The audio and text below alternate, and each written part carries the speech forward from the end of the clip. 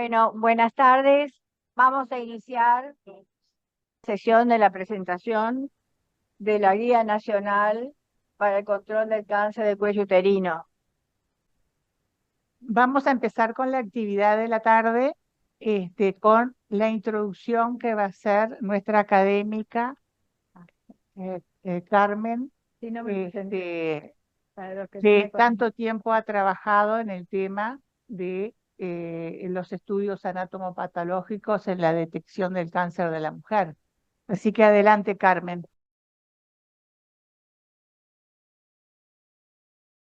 Bueno, en primer lugar voy a mostrar el currículum vitae de la doctora Marisa Facino, que me lo mandó a casa hace pocos días por mail, y realmente es un profuso currículum en el cual hay muchísimas organizaciones internacionales en las que ella participa.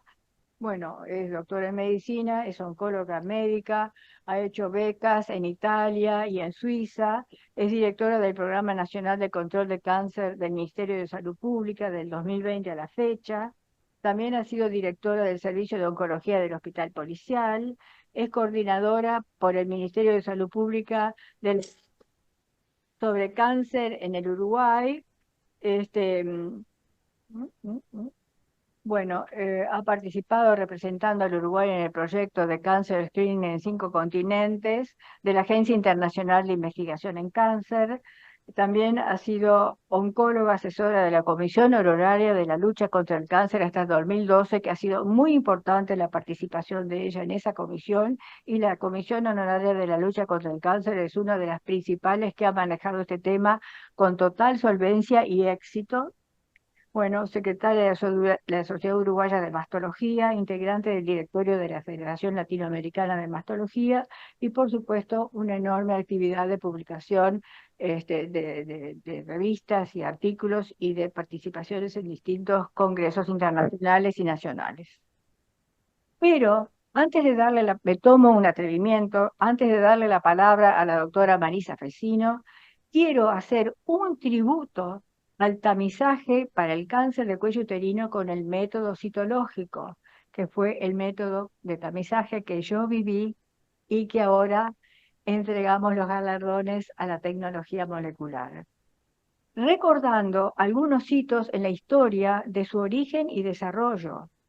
Resumir en 5 minutos la historia del tamizaje citológico, que abarca un periodo de casi 100 años, es un desafío que me impuse, como consecuencia de mi admiración por los colegas que a continuación nos iluminarán con los nuevos desarrollos en el tema.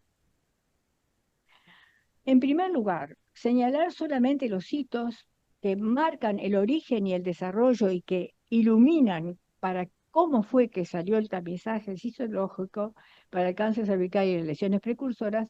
Tenemos que recordar que en 1928 el doctor George Papanicolaou en Michigan, Battle Creek, presenta un trabajo que se llama Nuevo diagnóstico en el cáncer, en el que comunica la identificación y el diagnóstico de las células malignas en extendidos citológicos vaginales. En aquella época los extendidos citológicos vaginales se hacían sobre todo en animalitos de laboratorio. La finalidad era ver la relación hormonal de las modificaciones de la mucosa vaginal en relación a las hormonas en el ovario y en el endometrio. Era el boom de los conocimientos en esa época. Pero da la casualidad que él, entrando en un hospital espectacular en Nueva York, el Cornell, está cercano, no era anatomopatólogo, no era ginecólogo, era laboratorista, está cercano al departamento de ginecología y le empiezan a mandar algunas muestras de mujeres para hacer la evaluación hormonal.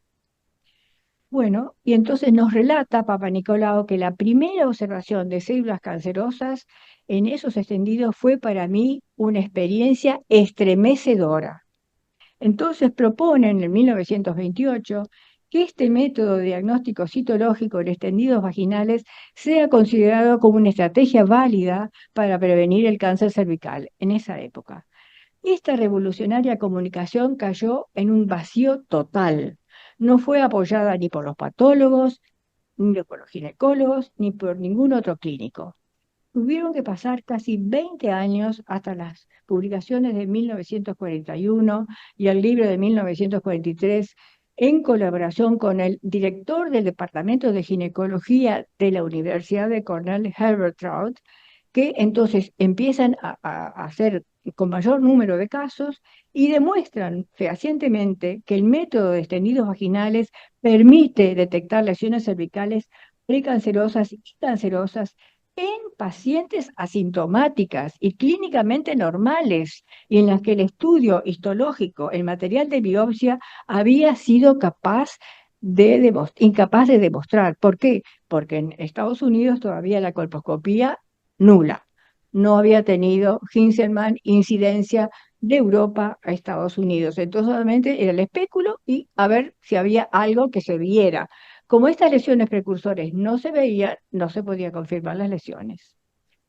Entonces, el American Cancer Society en 1945 y el National Cancer Institute respaldan el uso de los extendidos vaginales como una herramienta efectiva para la prevención del cáncer cervical.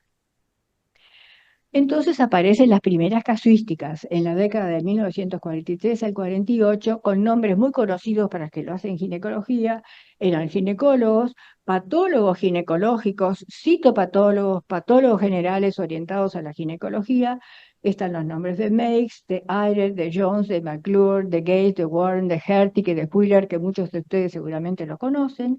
Utilizan este método citológico, hacen su correlación con la histología porque era imprescindible, porque los patólogos no creían en el diagnóstico de células aisladas, solamente en el diagnóstico de tejidos con invasión, de los tejidos, eso sí, un carcinoma, si no, no era nada.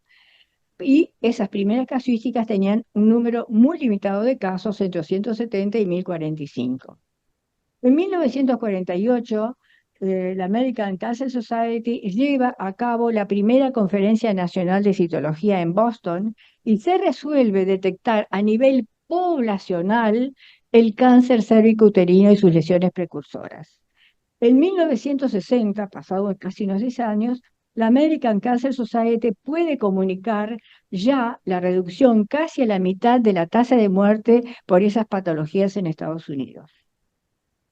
Ahora, pasados 10 años, en 1950, empiezan los primeros tamizajes poblacionales a gran escala. ¿Por qué? Porque los patólogos aceptan ya convencidos que el método citológico sirve para el diagnóstico de cáncer en células aisladas.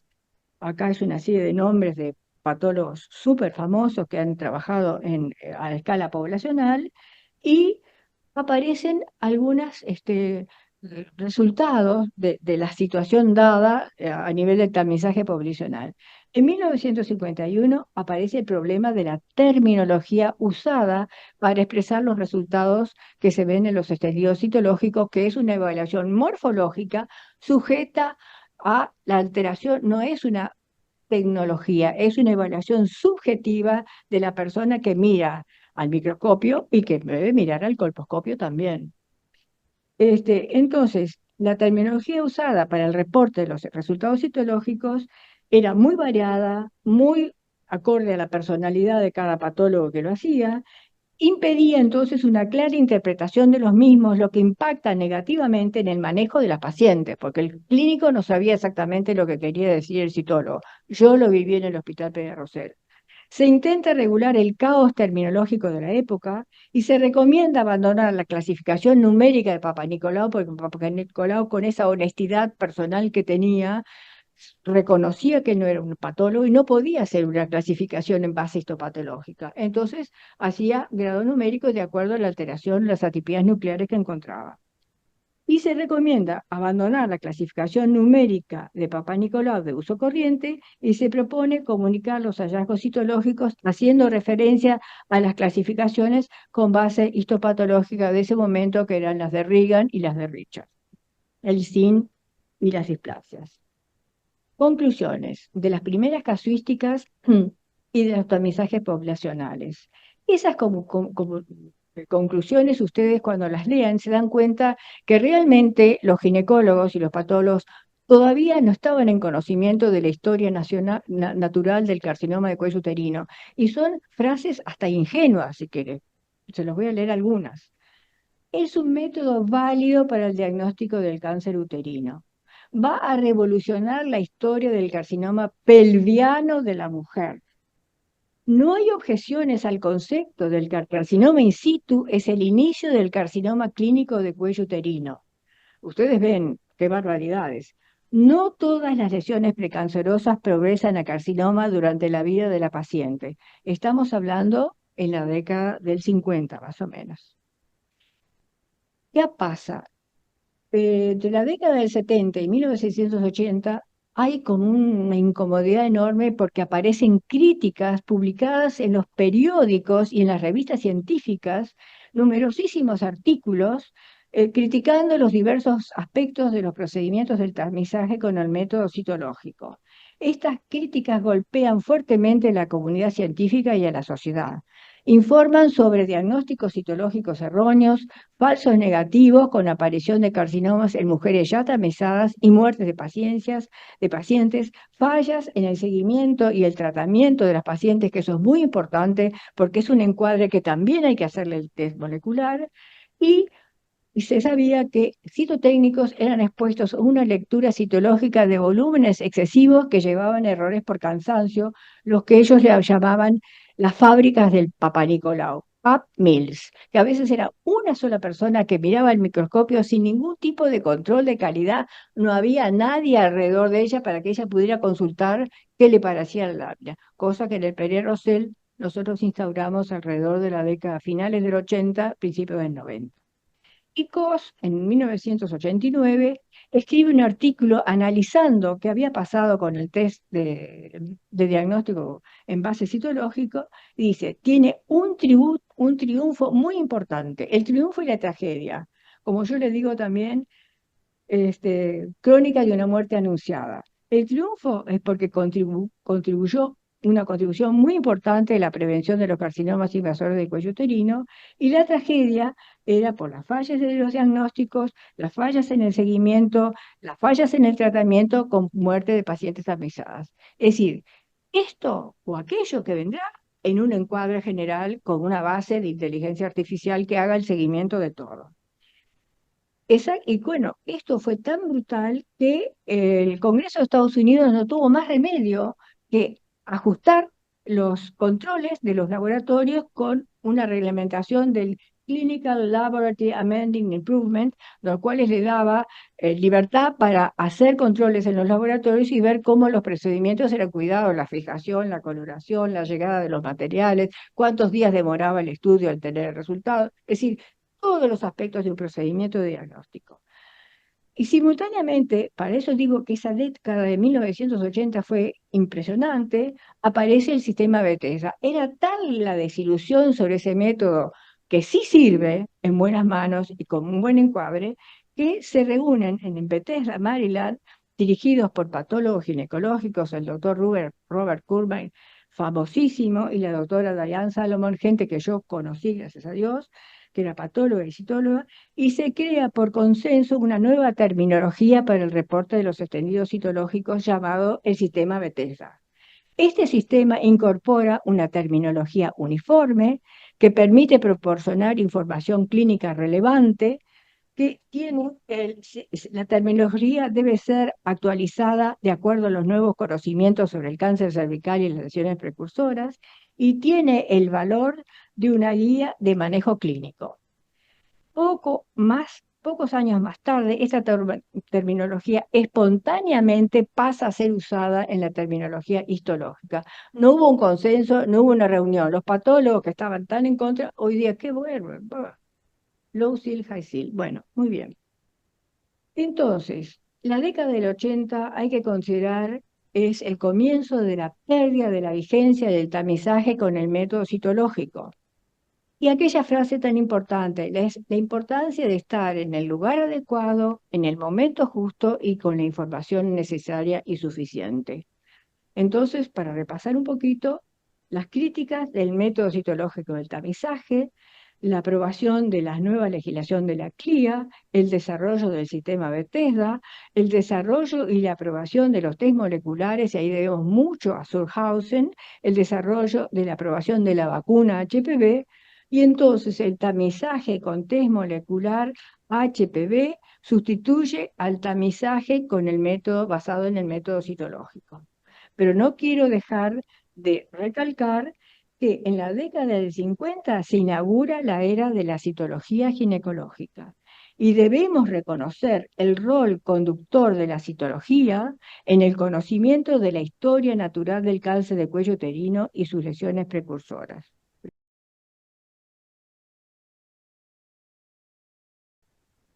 Bueno, muy buenas tardes a todos. En realidad, para mí es un honor poder estar acá con todos ustedes, Academia Nacional de Medicina. Muchos de ustedes fueron profesores míos, seguramente ni me conocían en aquella época. Otros me tomaron la prueba de anatomía. Y hoy, lo que es la vida, ¿no? Hemos compartido la participación de las guías nacionales de cáncer de cuello de útero, como es en este caso, con Carmen, la guía de prevención de cáncer de mama, con Sonia, la de colon, con Enrique Barrios. Es decir, la verdad que está re bueno poder, con una diferencia generacional, capaz que no sé si es importante, pero digo que se nota que la trayectoria de ustedes y la mía, que yo no vengo de la academia, no vengo de la universidad, y sin embargo creo que hemos trabajado muy bien y ahora vamos a ver en qué situación estamos, aparte en Latinoamérica, con esta guía en particular, pero les quiero comentar que hoy salió la guía de prevención de cáncer de colon, publicada en la página del Ministerio, y en breve se viene la guía de cáncer de mama, con la cual hemos trabajado también con Sonia, y bueno, y un equipo de expertos de las diferentes disciplinas afines. Así que muchas gracias por la invitación, Carmen. Realmente es un gusto estar acá. ¿De qué voy a hablar? En realidad, estos puntos son importantes para llegar al último, que es la nueva guía. ¿Por qué? Porque para armar una guía de este estilo, tenemos que ver cuál es la epidemiología de este tipo de tumor, no solo en el mundo, sino en nuestro país. La evolución de lo que es el papiloma virus humano, que es el principal factor de riesgo del cáncer de cuello de útero, y sobre todo las intervenciones que podemos hacer a ese nivel. La Estrategia Mundial de la Salud, de la Organización Mundial de la Salud de allá del 2020, cuál es el planteo justamente para eliminar este tipo de tumor a nivel mundial, con las diferentes realidades, pues no es lo mismo en África que en países de primer mundo, o nosotros que estamos en una situación intermedia. Y luego la nueva guía que también tiene prevención primaria, que es la vacunación, y prevención secundaria. Como todos sabemos, el cáncer de cuello de útero es 100% prevenible, por lo cual no tendría que existir, y sin embargo, en nuestro país, ahora voy a mostrar la casuística que tenemos.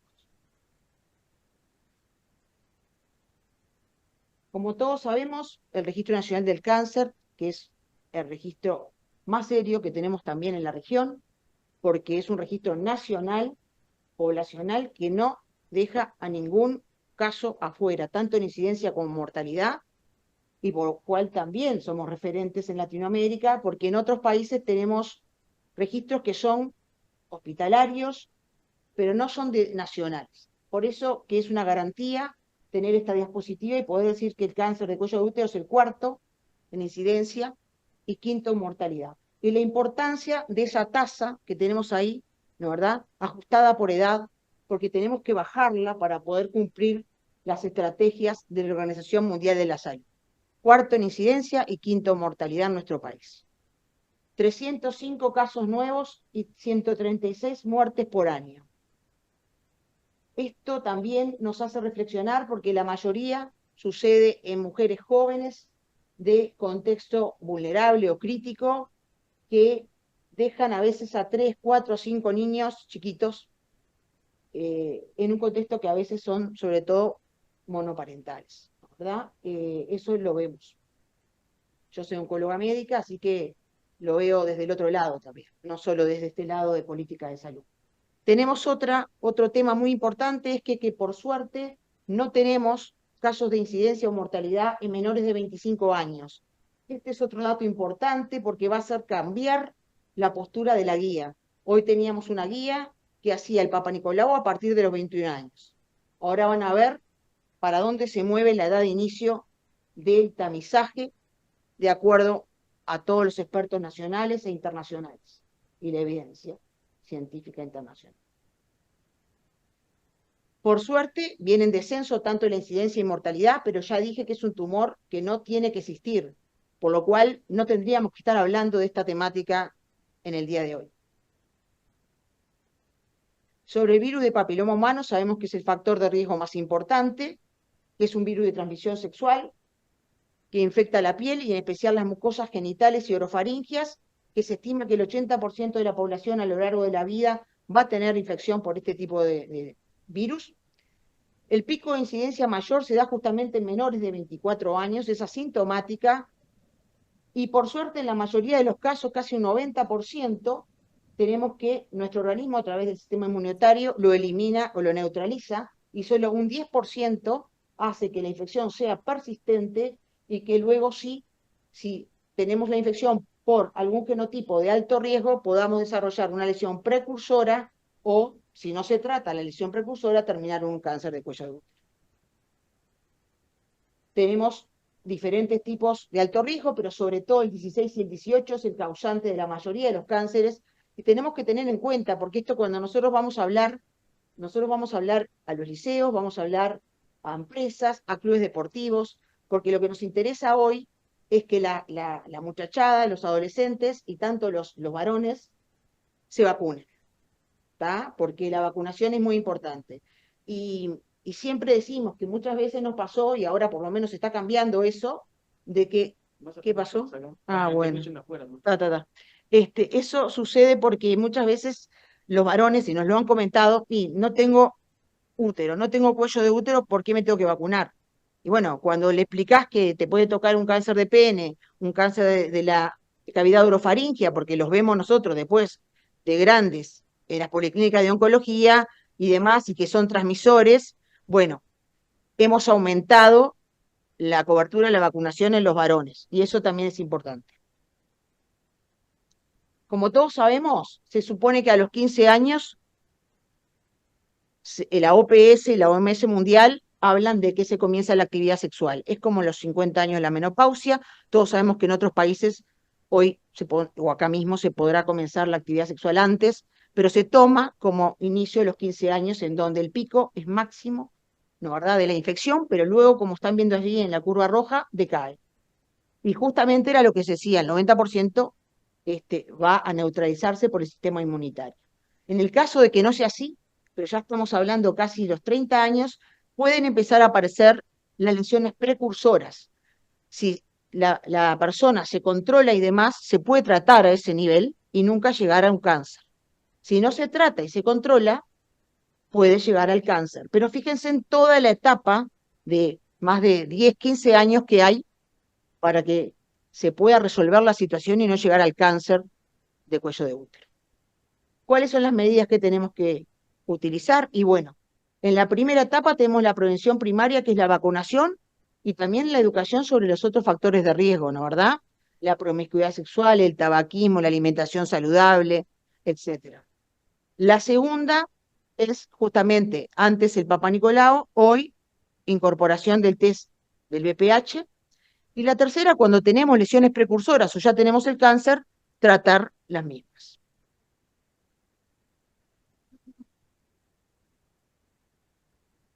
Las estrategias entonces son la vacunación profiláctica contra el VPH, el tamizaje, puse los dos, Papa Nicolau y VPH, porque hasta hace muy poquito en nuestro país el único era el Papa Nicolau. En otros países también existe el Papa Nicolau, no han empezado con el VPH, en otros sí. El tratamiento de las lesiones precursoras y del cáncer en sí, y sabemos que si se diagnostica en una etapa temprana, se cura. ¿Qué es lo que pasa actualmente? Y bueno, tenemos que un 20% de los niños que pierden a sus madres a causa del cáncer lo hacen justamente debido al cáncer de cuello de útero. Está marcado en el círculo naranja de abajo, y que la mayoría ocurren justamente en países asiáticos y de África y latinoamericanos. Y lamentablemente el futuro es, que nos abarca también, Asia, África, Latinoamérica, va a ser donde en el 2040 va a haber mayor aumento de los casos si no se toman medidas al respecto. Por eso es un gran desafío de salud pública mundial. ¿Cuál es la estrategia mundial de la Organización Mundial de la Salud? Bueno, la meta es reducción de la tasa de incidencia 4 por 100.000 mujeres al año. Nosotros tenemos 13.9, lo mostré al inicio. Y las 3 metas para alcanzar eso en el 2030, que capaz que es un poco optimista, pero la idea es seguir trabajando al respecto, es que el 90% de las niñas antes de los 15 años esté vacunada contra el virus del VPH. Esto es una estrategia mundial. No se olviden que hay países como África que recién hace poquito que empezaron con una dosis de vacuna de HPV. Por eso digo, es mundial. Cuando le muestran nuestra realidad, es superior en cuanto a las edades de vacunación. La otra es que el 70% de las mujeres tengan la posibilidad de que se le haga un test de VPH a los 35 y a los 45. 2 veces, nada más. Por un tema de costos, ¿no? También. Y la otra, que el 90% de las mujeres esté tratada de las lesiones precursoras o del cáncer. ¿Para qué? Justamente para que la tasa de incidencia disminuya en un 10% para el 2030, un 42% para el 2045, un 97% para el 2010, y lo mismo evitar millones de muertes a nivel mundial.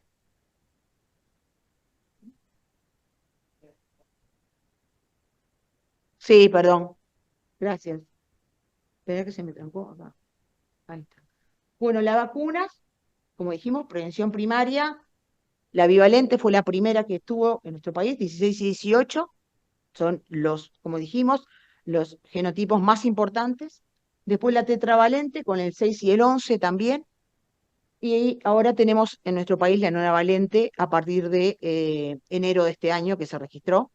Hoy las que se dan gratuitas, de forma gratuita en nuestro país a través del fondo rotatorio de la OPS, es la tetravalente. La nonavalente hoy es a cargo de los padres o de las personas que se la quieran dar. No tienen eficacia terapéutica, es profiláctico. ¿Tá? Tienen eficacia e inmunogenicidad, inclusive hasta mujeres de 45 y 55 años. Por eso es que hay gente que a veces nos pregunta, y yo tengo 34, ¿me la puedo dar?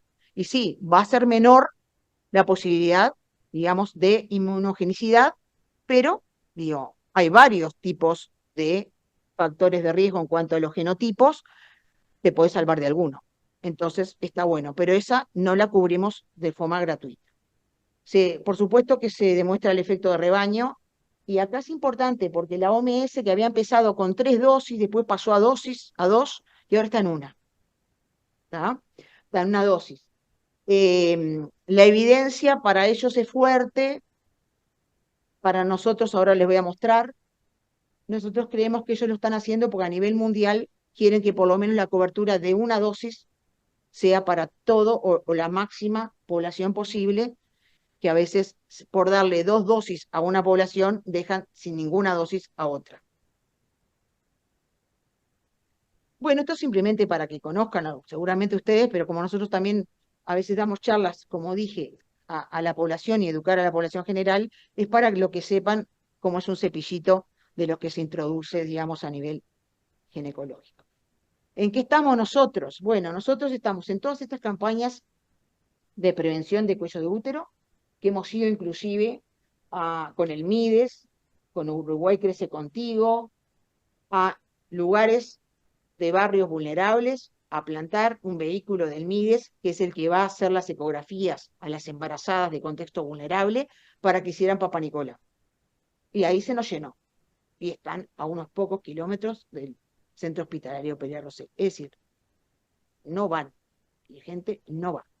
Y está a unos pocos kilómetros. No tenemos problema de selva en nuestro país, no tenemos problema demográfico, estamos yendo a todos lados y todo el mundo replica, porque ahora después van a ver con todos los que trabajamos, porque el Programa Nacional de Control de Cáncer, son 3 jóvenes que trabajan conmigo, yo soy la re vieja, porque son re jóvenes, la verdad, y después se acabó.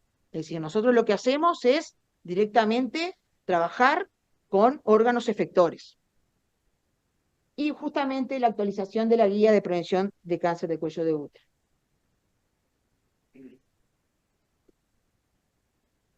La guía anterior, que fue la primera, que fue del 2014, fíjense que hablaba de tamizaje. Solo era tamizaje. Papá Nicolau a los 21 años, a los 22 era normal y después cada 3 años hasta los 69. De eso, Carmen, no te voy a hablar. ¿Qué es lo que se viene? La nueva guía ya habla de prevención primaria y secundaria. Agrega la vacunación y en el tamizaje la incorporación del test del HPV. Ahí abajo está el link, pero ponen igual en Google guía de prevención del cáncer de cuello de útero, Ministerio de Salud Pública, y la pueden descargar porque está en la página web. Es la primera guía latinoamericana donde se considera el estatus vacunal de la población para definir el comienzo del test del VPH. Tenemos que recordar, y esto lo voy a explicar ahora más adelante, que la mayoría de las guías de acá de la región, y sobre todo quien está muy por delante, que es Chile, tiene una guía de tamizaje, pero no de prevención primaria como la vacunación, y que las dos, la prevención primaria y la secundaria, estén mancomunadas o en conjunto para definir el inicio del tamizaje con VPH. Por un lado, convocamos a expertos nacionales, multidisciplinarios de diferentes instituciones, con 9 grupos temáticos. Bueno, Carmen fue parte de la guía. Un grupo de metodología con un apoyo asesor de la OPS, que es una doctora experta en metodología de evaluación de guías de práctica clínica. Revisores internacionales de OPS de Washington y de la Agencia Internacional de Investigación en Cáncer. Y estas guías llevan tiempo, no es que las definamos en 3-4 meses. Empezamos en mayo del 22 y hace poco se publicaron, para que tengan una idea del tiempo. Y justamente prevención primaria y secundaria. Y acá tenemos todos los invitados, es decir, se buscó que ninguno faltara.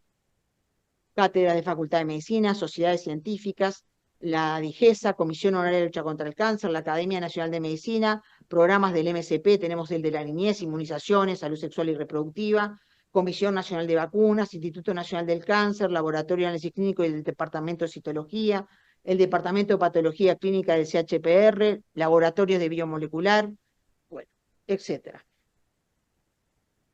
Pero no solo eso, en paralelo, lo cité a todos los laboratorios que tenían tecnología sobre este test, al PRONACAN, al Programa Nacional de Control del Cáncer, y le dije que nosotros queríamos avanzar en esto, pero que se sentaran a bajar los precios. Porque ustedes sabrán que el test del VPH estaba muy por arriba de lo que es un Papa Nicolau. ¿Tá? Y le dijimos que en esto iba el país. Y los sentamos y nos pasaron cada uno en particular documentación al respecto de hasta cuándo podían llegar. Y volvimos a hablar con ellos y dijimos, tiene que seguir bajando porque si no, no nos va a dar. Y nosotros queremos que esto sea un beneficio para las mujeres uruguayas. Bueno, para mí es un orgullo decir hoy que ellos también colaboraron en esto. La industria colaboró en esto porque bajaron los precios. Esto no lo pongo, pero digo, parte de. El alcance de la guía son recomendaciones actualizadas para la prevención primaria, vacunación contra el VPH, la detección precoz y el diagnóstico oportuno. Incluyen recomendaciones para el seguimiento y manejo posterior de los resultados de los test de screening y diagnóstico. Es una guía de base poblacional. El objetivo justamente es brindar información actualizada basada en evidencia científica para estandarizar la toma de decisiones clínicas y mejorar las estrategias nacionales de prevención y detección precoz. La población diana son todas las mujeres, incluidas las mujeres con VIH, asintomáticas, independientemente de su historia sexual y estado vacunal contra el VPH. No considera mujeres con antecedentes justamente de patología benigna o oncológica de cáncer de cuello de útero. Y justamente el público objetivo son todos los profesionales de la salud, del sector público y privado, que estén vinculados a la prevención, detección y confirmación diagnóstica de las lesiones preinvasoras y el cáncer de cuello de útero a nivel nacional. Se desarrollaron preguntas de interés se utilizó una metodología que se llama Grade Development, que valora diferentes parámetros, calificación de recomendaciones, valoración, desarrollo y evaluación, con preguntas pico importantes que se encadenaran discusión entre los expertos, la búsqueda, ¿no verdad?, en cuanto a la elaboración de guías internacionales, y también se pasó el método AGRI, que de las guías que se recomendaban, hubo algunos expertos que pasaron este tipo de proceso y definieron cuáles serían las más importantes para tener en vinculación a la realidad nacional. Y bueno, y fueron estas las guías, la de la WHO, la de la Cervical Cancer Screening y también la de la Cervical Cancer Screening Cancer Council de Australia, desde el 20 al 22. ¿Cuáles fueron los principales justamente aspectos a discutir? La edad de inicio del screening, considerar los cambios en la población vacunada. Por eso, esto es muy importante. Cambios de estrategia de tamizaje, test moleculares, detección de virus de VPH y la edad de finalización. Sobre la prevención primaria, tenemos que la Comisión Nacional de Vacunas, primero, que empezó a raíz de la guía a cambiar y a modificar la vacunación. Hoy en nuestro país la vacunación es desde los 11 hasta los 26 años, ambos sexos, gratuita, no es obligatoria, es recomendable, independientemente de la historia sexual, del comienzo de la actividad sexual. Hay casos excepcionales como inmunodeprimidos y demás, porque por ahora en nuestro país son 2 dosis, pero en el caso de situaciones especiales son 3 dosis, se empieza antes. Pero fíjese la diferencia con la OMS, porque la OMS habla de niñas hasta 15 años, solo niñas. Nosotros hablamos de niñas, varones, adolescentes, hombres y mujeres, porque es hasta los 26 años de forma gratuita. Tuvimos reuniones virtuales con expertos justamente por el tema del esquema de vacunación y las consideraciones al respecto del inicio del test de VPH. Justamente, como ustedes vieron, el Papá Nicolau se empezaba a los 21, ahora se va a empezar todo el test de tamizaje a partir de los 25 años. La mayoría de las guías recomiendan el inicio a los 25 años, raro antes de esa edad tener un cáncer de cuello de útero, inclusive en nuestro país, como lo mostramos al principio. Tenemos que el screening no ha demostrado un impacto en la disminución de la incidencia de este tipo de tumor a esta edad, y sin embargo puede generar un elevado costo económico, un sobrediagnóstico y un sobretratamiento. Los expertos internacionales recomendaban aumentar a 30 años, pero todos los expertos nacionales dijeron que iba a ser muy grande el cambio de un Papa Nicolau a los 21 a pasar a 30 el HPV, entonces se tomó, como las guías italianas, un término medio y empezar a los 25. Pero, ¿qué hay que hacer entre los 21 y los 25? Tienen que consultar, hay que promover justamente la vacunación, y vamos por ese camino, por eso la importancia de que vamos a clubes deportivos, a hablar con las chiquilinas, hemos ido, por ejemplo, a Peñarol, a hablar con la selección femenina, porque nos interesa, no nos invitaron de Nacional. Si nos invitan, vamos. Yo soy de Nacional, no soy de Peñarol. Recomendar sistemáticamente la vacuna y educar sobre la planificación familiar y la prevención de las enfermedades infectocontagiosas.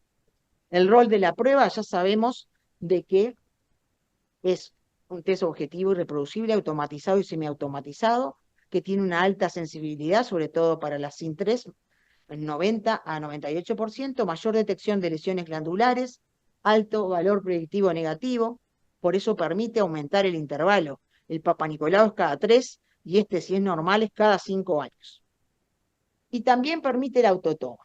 Nosotros hicimos un estudio piloto de autotoma en el país sobre 200 mujeres de población de contexto vulnerable, en el que se le iba con el equipo de salud al cual se le preparó a que fuera a las casas, les explicara con folletería y aparte una explicación verbal lo que era la autotoma, ¿no verdad? En el sentido de cómo se tenía que hacer, colocar el cepillito aquel que mostré y demás, y si tenían interés, a los 4 o 5 días o a la semana volvía al equipo salud, después que la señora se hacía la autotoma, se llevaba el tubito y lo entregaban al INCA, al Instituto Nacional de Cáncer, y se procesaba la muestra.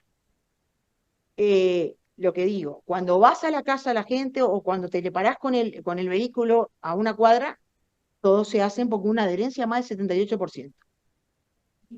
No es menor. Este dato a nosotros nos va a permitir que en el futuro la guía nuestra quedó abierta, ¿no verdad? Porque en principio se trata de que el equipo de salud haga este tipo de test.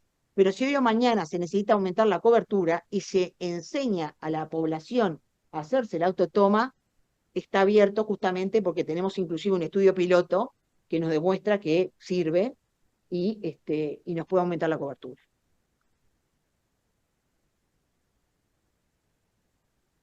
Es costo efectivo y es el de elección. Tiene algunas debilidades y sí, especificidad moderada, bajo valor predictivo positivo, pero tenemos que tener en cuenta que las infecciones son transitorias y en las edades tempranas no se va a hacer, por eso mismo, porque no queremos que genere sobrediagnóstico y sobretratamiento y iatrogenia. En la mujer vacunada, previo al inicio de relaciones sexuales, la posibilidad de lesión premaligna y de cáncer de cuello de útero es muy baja, siendo razonable y esperable un retraso en la edad del inicio del screening. Por eso se corre la edad del inicio. La sustitución de la citología por el test de HPV en esta población será de gran relevancia y están surgiendo los primeros cambios de screening por el tema de la población vacunada. Como le dije hoy, nosotros, los expertos internacionales nos decían a partir de los 30 años, pero los expertos nacionales dijeron vamos a partir de los 25 porque es un cambio muy grande para nuestra población y la guía se puede actualizar igual cada 3, 4 años y vamos por esto que vamos a poner acá, que es el ensuma de la guía. A partir de los 30 años, toda mujer, independientemente del estado vacunal, se va a hacer el test. A partir de los 25 años va a depender justamente si la mujer tuvo una vacunación completa o la primera dosis fue antes de los 15 años, porque ahí se va a hacer el test del VPH. Pero si no es así, si no se vacunó o fue incompleta la vacunación, entre los 25 y 29 años, como dijimos que podía haber muchas infecciones por HPV, pero que podían después neutralizarse por el propio organismo, y no queríamos generar sobrediagnóstico y sobretratamiento, en ese caso se va a hacer el Papa Nicolau por 2 veces, cada 3 años. Y luego, a partir de los 30, HPV. Dijimos la diferencia, VPH cada 5, Papa Nicolau cada 3. Y acá tenemos también, porque esto va acompasado de los prestadores de salud, es decir, cuando esto se plantea, hablamos con la Junta Nacional de Salud y los prestadores, porque los prestadores son después los que van a comprar el test. Entonces, dentro de las metas asistenciales del Ministerio de Salud Pública, también se consideró eso, y tenemos quienes lo pueden hacer con genotipificación, que marque el 16 y 18, directamente va a ir a colposcopía. Si no es así, ahí tenemos todo un algoritmo que les queda y está en la guía. Y también, digamos, en el caso de en 25 29 años que iban a hacerse a través del Papa Nicolau. Lo más importante es que los test estén clínicamente validados para screening primario. ¿Por quién? Por la FDA y la OMS. ¿Por qué? Porque si no es así, pueden haber test que hoy o mañana puedan dar negativos y en el correr del tiempo, poquito, la señora tener un cáncer de cuello de útero. Justamente en el periodo de transición hay gente que tenía el test genérico en el que no te decía o no te identificaba el tipo de gen, pero te daba 12 genes, y de 12 genes te decía que uno era positivo. Bueno, después de eso hay que hacer Papa Nicolau ahí. Esto ya casi nadie lo está usando porque los prestadores, en conjunto con todos los ginecólogos, están muy entusiasmados y están ya con el gen 16 y 18, para que tengan una idea. ¿Tá? Pero también para el que no lo puede ir haciendo, tener la posibilidad de continuar con el Papa Nicolau por un tiempo. ¿Cuándo finalizar? A los 69 años, siempre que el tamizaje fue negativo y adecuado, en los últimos 10 años, y bueno, en caso que las mujeres tuvieran una histerectomizada, pero no por un cáncer, sino por otro tipo de patología. Recordar que las guías están dirigidas a la totalidad de la población y buscan un equilibrio entre el beneficio del tamizaje y el riesgo del cáncer de cuello de útero, sobre todo en la población joven. ¿Se va a venir una avalancha de test? No, porque al principio todo el mundo hablaba entre los costos de los test y si todos se van a querer hacer test. No, no es así. Porque la población totalmente vacunada aquellas niñas que en el 2013, cuando se empezó con la vacunación, van a llegar a tener 25 años en el 2026. Primer punto. Segundo punto, las que tenemos el Papá Nicolau vigente, hasta que no pierda vigencia ese Papá Nicolau, no tiene por qué hacerse el test de HPV. Tiene validez ese Papá Nicolau. Y el de las metas asistenciales del Ministerio de Salud Pública, que están dando un porcentaje de a poquito cuatrimestral para ir aumentando el test del HPV e ir disminuyendo el Papá Nicolau. Bueno, allá por el 13 de marzo, la ministra anunció 7 incorporaciones al PIAS, dentro de uno, estaba justamente dentro de las cuales la nuestra. Ahí tenemos al grupo, está Carmen, y otros actores que ustedes ahí conocen, por ejemplo, está Guillermo Rodríguez y demás. Después, no tuvimos un final feliz, en el sentido que tuvimos que retrasarlo, porque, como todo, un laboratorio empezó a decir que el ministerio estaba recomendando la guía con el test de ese laboratorio y empezó a caerle a los prestadores, y los prestadores empezaron a llamar a la JUNASA y a nosotros si el ministerio tenía el acuerdo y nosotros no tenemos ningún acuerdo con nadie, el ministerio es cristalino, los acuerdos son entre los prestadores y los proveedores, no es el ministerio. Por eso el ministerio hizo esta guía que queda amplia para que cada uno elija lo que puede hacer con la plata que puede. ¿Está? Y eso llevó a que tuviéramos que separar, llamar a la gerencia de ese laboratorio y demás, y pasamos un tiempo que fue desagradable, que no queríamos que pasara, y por eso estuvimos un poquito demorados en la implementación del mismo. Pero ahora todos ustedes sabrán que ya salió el decreto presidencial en el que se exonera y que entró al PIAS, por lo cual eso es muy importante, y también la ley en la cual se le da el día libre para el HPV, como otros, como el Papá Nicolau y la mamografía, y también ingresa al control de salud el querido carnet de salud. Y bueno, y desde el ministerio en esta época, los eslogan que tenemos es prevenir y ganarle al cáncer, y entre todos y para todos, porque fíjense que si no hubiera sido posible por educar a la población, alfabetización, capacitar al equipo de salud, al Sistema Nacional Integrado, al Ministerio, los diferentes programas, las sociedades científicas, la academia, la Junta Nacional de Salud y demás, no lo podíamos hacer posible. Muchas gracias.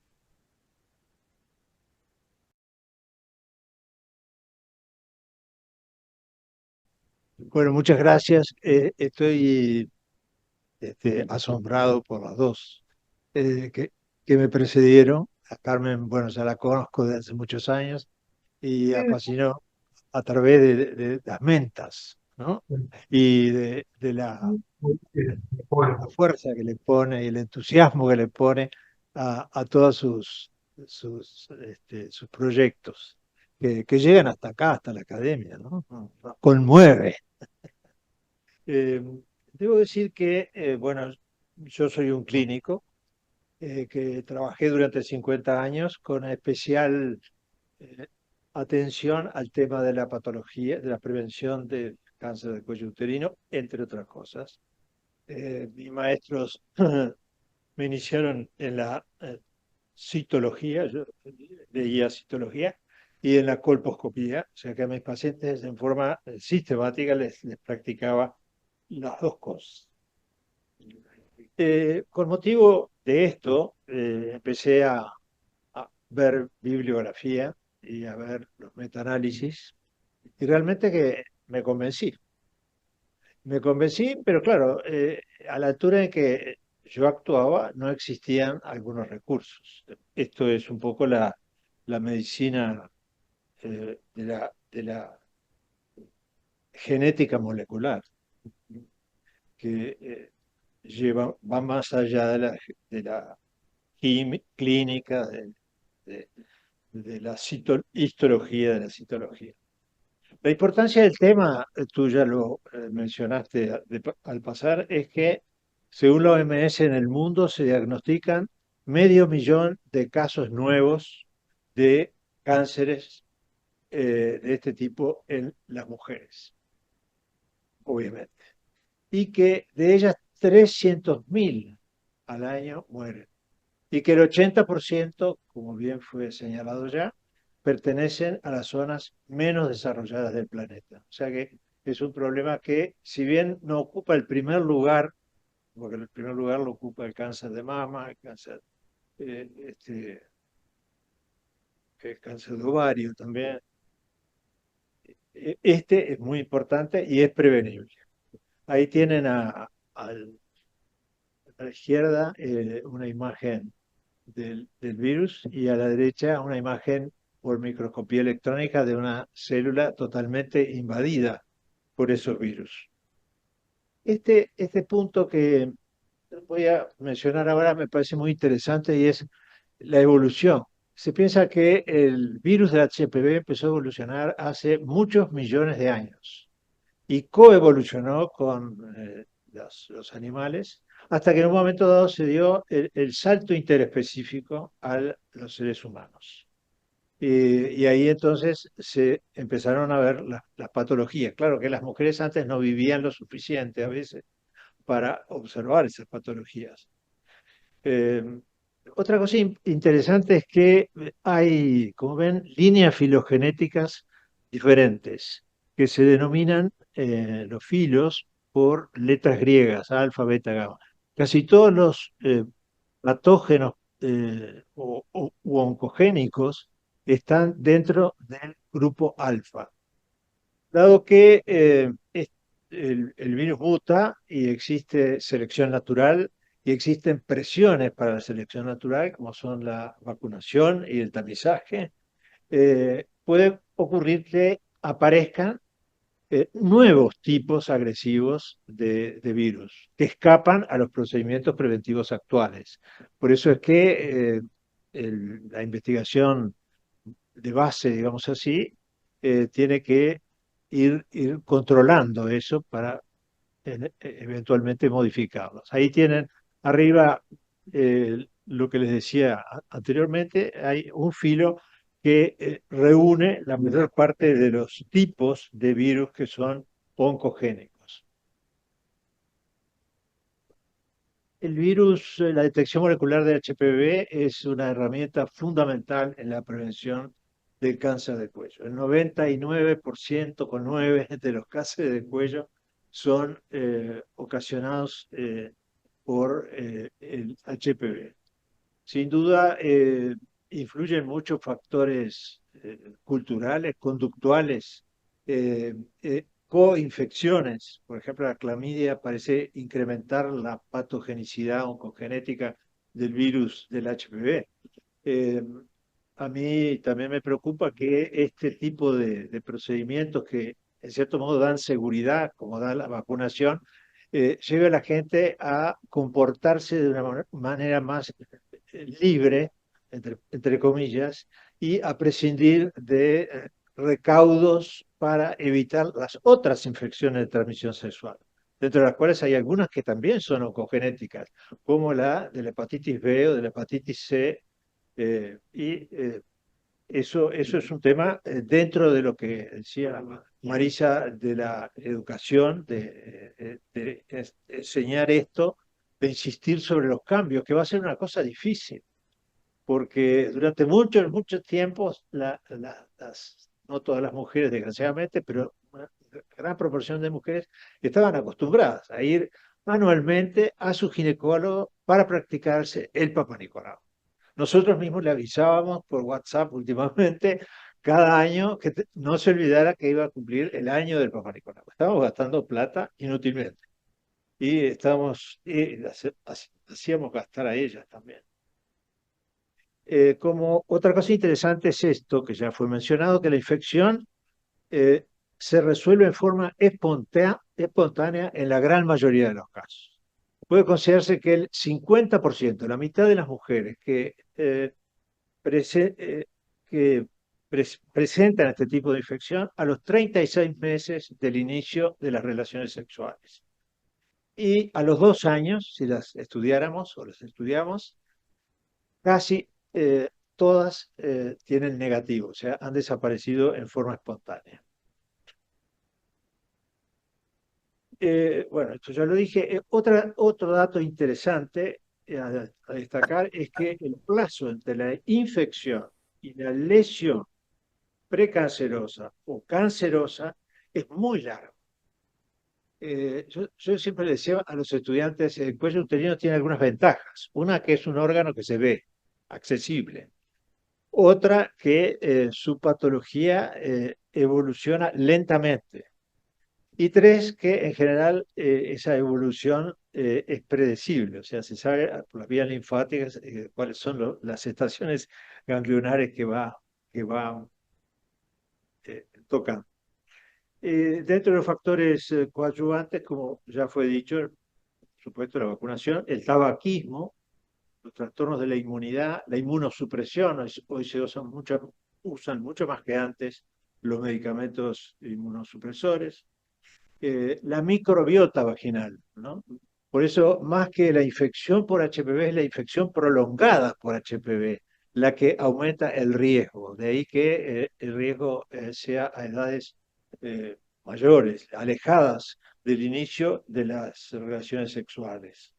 Y en eso contribuye mucho la normalidad o no de la microbiota vaginal. El test sobre el Papa Nicolau tiene mayor sensibilidad y especificidad. No obstante lo cual, no hay que no hay que olvidar que entre 5 y 15% de los casos son falsos negativos. Menos del 5% son falsos positivos. Pero el Papa Nicolau tiene mayor, mayor número sobre todo de falsos negativos. Esto al mismo tiempo de diagnosticar permite evaluar el riesgo en función del o de los tipos de HPV detectados. Como dijo Marisa, prolonga el periodo entre controles y permite implementar en forma racional el seguimiento y las estrategias de tratamiento. Y permítame que me voy a detener en este tema de la autotoma. Hace muchos años, en el año 71, para ser más exacto, yo era alumno del padre de Carmen, de Hermógenes Álvarez, que llegó de un viaje a Estados Unidos y nos mostró en la clase un tubo, un kit, y dijo, esto es para que las mujeres se hagan ellas mismas las tomas del Papa Nicolau. Año 71. Era la autotoma para el Papa Nicolau. Me entusiasmó muchísimo lo que leí a propósito de distintas partes del mundo a propósito de autotoma, porque el costo, bueno, puede ser difícil, la logística puede ser difícil, eh, eh, la logística es difícil, o sea, cómo va, cómo viene la muestra, pero interesante es que la sensibilidad y la especificidad no disminuye si la toma es a mitad de camino, o sea, no llega al fondo de la vagina ni toma contacto con el cuello. Basta con que sea introducida en la vagina y que recoja material suficiente. Y como todos sabemos, todos los ginecólogos sabemos, y hay una resistencia.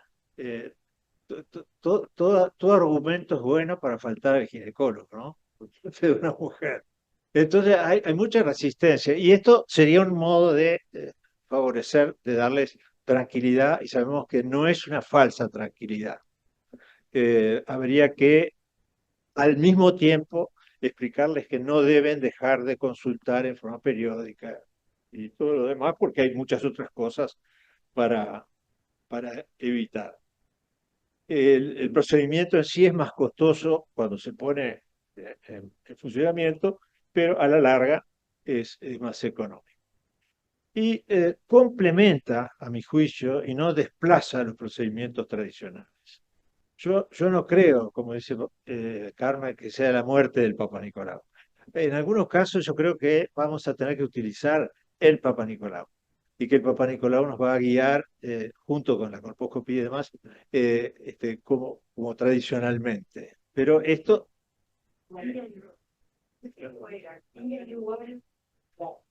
El mensaje que solo queda entre los 25 y 29 de las mujeres no vacunadas, o vacunadas, Está claro. pero es un estudio genérico de HPV que te dice que es positivo y no te dice más nada, vas a ir al Papa Nicolau. Que si cambia el rol. Ella dijo hoy que se moría el Papa Nicolau. el que se murió fue Papa Nicolau. Y el otro tema que quisiera decir, y que no sé si se dijo, es que el hallazgo positivo de un test de HPV en una toma convencional aumenta la probabilidad de que también se hallen lesiones en otras zonas vecinas, en la vagina, en la vulva, en el canal anal. Ese es un tema que la gente lo tiene que conocer para evitar. Y otra cosa es el inicio de las relaciones sexuales. A veces uno le pregunta a una mujer, ¿has tenido relaciones sexuales? Y dice, no, porque no ha habido penetración.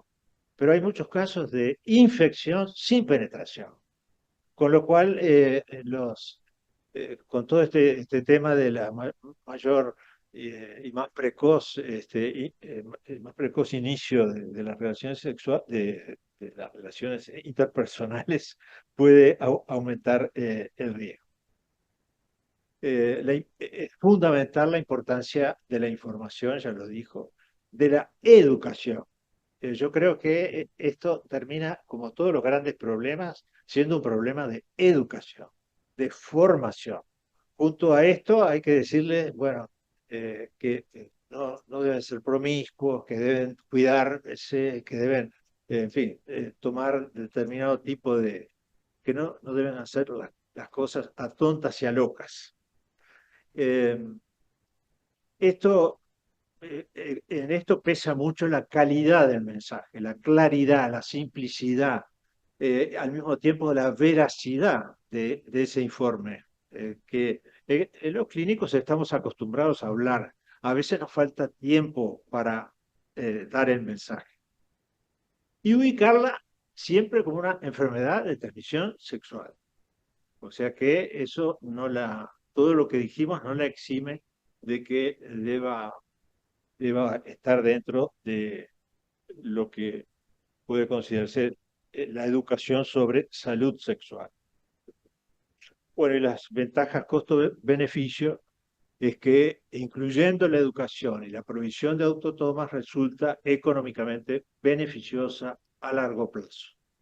¿Por qué?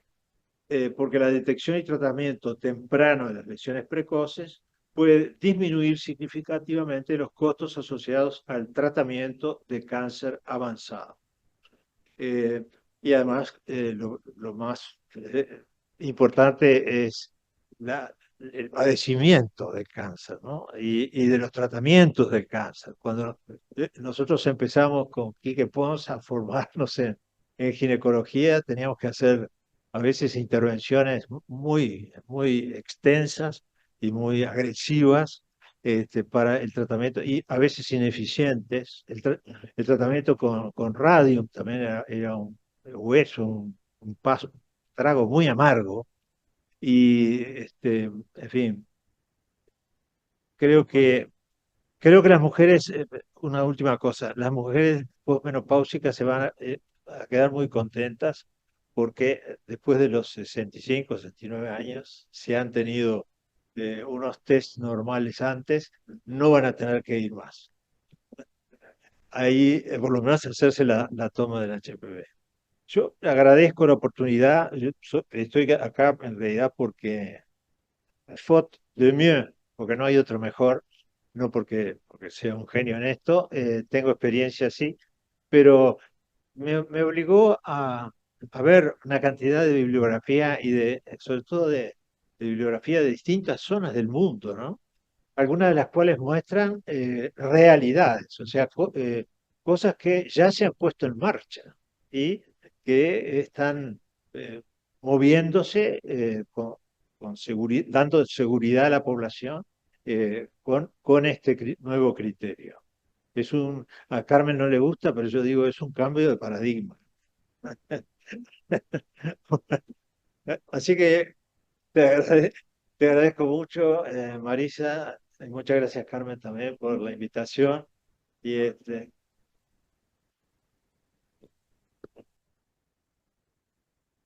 a este programa, a este proyecto basado en este tipo de tamizaje, que también creo que fue la culpa de que fracasara tanto el tamizaje en base citológico.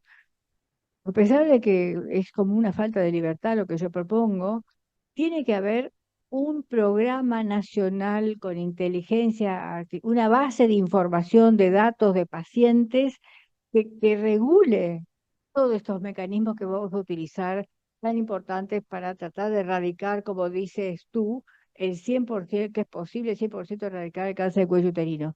Pero para poder hacerlo, nosotros tenemos que saber esas pacientes que se hicieron el test, dónde están, qué hacen, qué hicieron, cómo se les siguió, volvieron al ginecólogo, no volvieron al ginecólogo. Por ejemplo, en la autotoma, tengo una amiga que trabaja, es anatomopatóloga, que trabaja en Buenos Aires, Rosa Laudi, junto con la Rosy, la experiencia en la provincia de Jujuy, les dejaban la autotoma y las pacientes no volvían nunca. El vial, el líquido conservador, parece que tenían una vida útil de 10 días o 15 días, pero esas pacientes de los barrios periféricos, de las lomas de la cordillera de los Andes, no iban a ningún lado y eso no sirvió para nada. Ahora parece que van a poner gestores con camiones para ir a esos lugares a buscar los frasquitos. Es decir, hay que pensar cómo se coordinan todas estas cosas para que realmente sea un éxito. Pero por eso nosotros, el equipo de salud, iba a buscarles el frasquito. ¿Ah, viste? Pero Nosotros tenés sí, que en la pagar, autotoma. tenés que Bueno, por pagar eso gente dije que para la que. logística te cambia. Pero Porque a tenés que ir a Jujuy, buscar el frasquito claro. y llevarlo al eh, Instituto Nacional de Cáncer en ese momento, que fue quien procesaba las muestras. Y por eso fue exitoso. Pero si vos dejás a que la persona deja el frasquito en la casa, sí, estoy de acuerdo. no lo van a llevar. Por eso. Entonces, hay que pedir la colaboración de los sistemas informáticos para call and recall, como dicen los americanos. Eso no Perdón, Perdón, ¿quieres hablar? yo quiero Espera que te- agradecer a Carmen y a Marisa sobre todo por las conferencias y a Ricardo por su visión desde el punto de vista clínico. Pero sobre todo agradecer a Marisa por las energías que le pone en la prevención contra el cáncer, no solamente cáncer de cuello uterino, sino también el cáncer de mama, y que se ha puesto al hombro estas guías y ha logrado llevarlas a buen fin. Y agradecerle como presidenta de la academia por todas las veces que ha colaborado con nosotros y que voluntariamente siempre se ha mostrado muy participativa con todas las actividades que hemos organizado. Y también agradecerle en nombre de las mujeres del Uruguay todo este trabajo en vistas a la prevención de los dos cánceres más frecuentes en las mujeres. Así que, Marisa, creo que has cumplido tu misión en la prevención del cáncer. Así que muchísimas gracias. Corona, me voy a agregar. Esto es posible porque lo hacemos entre todos, porque nosotros solos, como dije, somos 4. Así que si no colaboramos todos y ustedes también participan, así que por eso hoy la última diapo que mostré era esa, lo hacemos entre todos. Gracias.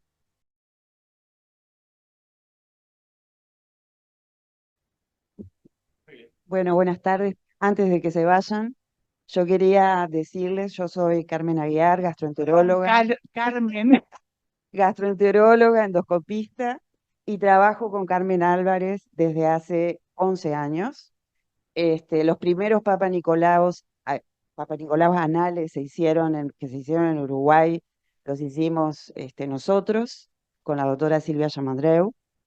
Hoy llevamos ya 1000 usuarios, varones y mujeres, de grupos de riesgo para cáncer anal, que yo tenía entendido que para los grupos de riesgo la vacuna estaba a disposición hasta los 45 años, en grupos, por ejemplo, inmunodeprimidos, trasplantados de órganos sola. Claro, pero claro, claro, el 4 de septiembre, sí, la vi. Y bueno, justamente por la última actualización, que me parece muy buena, quería un poco decirles qué es lo que está pasando con el cáncer anal, que en realidad no es anal, es anorectal. porque también se ve en recto bajo por metaplasias del epitelio escamoso que pueden estar como islas en el recto bajo. Entonces, no alcanza con una anocolposcopía. Hay que hacer una endoscopía con un proctólogo, con imágenes avanzadas, con tecnología, con cromoendoscopía, con magnificación, e ir a la búsqueda de esos pacientes. Em, Nosotros hacemos una búsqueda sistemática y un encuadre, que era, con esto termino, pero me parece fundamental lo que dijo Carmen en su introducción, el encuadre que le hacemos a la búsqueda sistematizada y al hallazgo. ¿Qué pasa después? Nosotros tenemos estas personas, muchas de ellas, estos 1000 usuarios, hemos hecho 3000, 4000 endoscopías, porque son 1000 usuarios que vinieron por primera vez. Y ese encuadre, ese cuadro viene arrastrándose en el tiempo hasta que llega un momento que resulta insuficiente en los técnicos, porque es una colega endoscopista y yo que estamos preparados, somos las únicas que lo hacemos en el Uruguay, para hacer endoscopía, no anoscopía, endoscopía anorrectal de alta resolución. Las biopsias las ve Carmen y María Carmen Rodríguez, su hija. Y lo otro y lo último es que para nosotros tenemos un trabajo publicado con ellas en el año 2020 en el Journal of Coloproctology, donde nosotros hicimos una búsqueda de sensibilidad, de rendimiento de los test junto con el PAP anal, o sea, las dos pruebas, test por captura híbrida y papilocheck, los dos test como dos pruebas diferentes, el PAP como tercer prueba y la prueba de referencia era la histología. En canal anal y recto bajo no hay diferencias en la sensibilidad, son los tres muy sensibles, pero sí la especificidad, o sea, la capacidad de ver a las personas que no están enfermas es muy baja en canal anal y recto bajo. O sea, te da muchísimos positivos, em, es como un reservorio de genotipos, que quiero decir que solo están incluidos los genotipos de canal anal y recto. Hay uno solo incluido en la tetravalente, que es el 16, que es el 33% de los genotipos que nosotros encontramos y publicamos. Luego el 39, que ni siquiera está en la nonavalente. El 59 tampoco está en la nonavalente. Y el 18 es un 6% de nuestros casos. Por lo tanto, creo que hay que hacer estudios epidemiológicos en región, en lugar, y bueno, lamentablemente nosotros no hemos tenido posibilidades sí de difundirlo a nivel en journals, pero no a nivel nacional. Muchos se asombran y dicen, no sabíamos que estaban trabajando. Si hace 11 años estamos buscando el cáncer anal. Quería decir eso. Muchas gracias, doctora eh, Carmen Aguiar, por los aportes con un enfoque distinto de el HPV. Muy interesante y creo que damos por finalizada acá esta reunión, que indudablemente que fue muy productiva y con aportes no solo para la academia, sino para la sociedad en general. Así que muchas gracias a todos.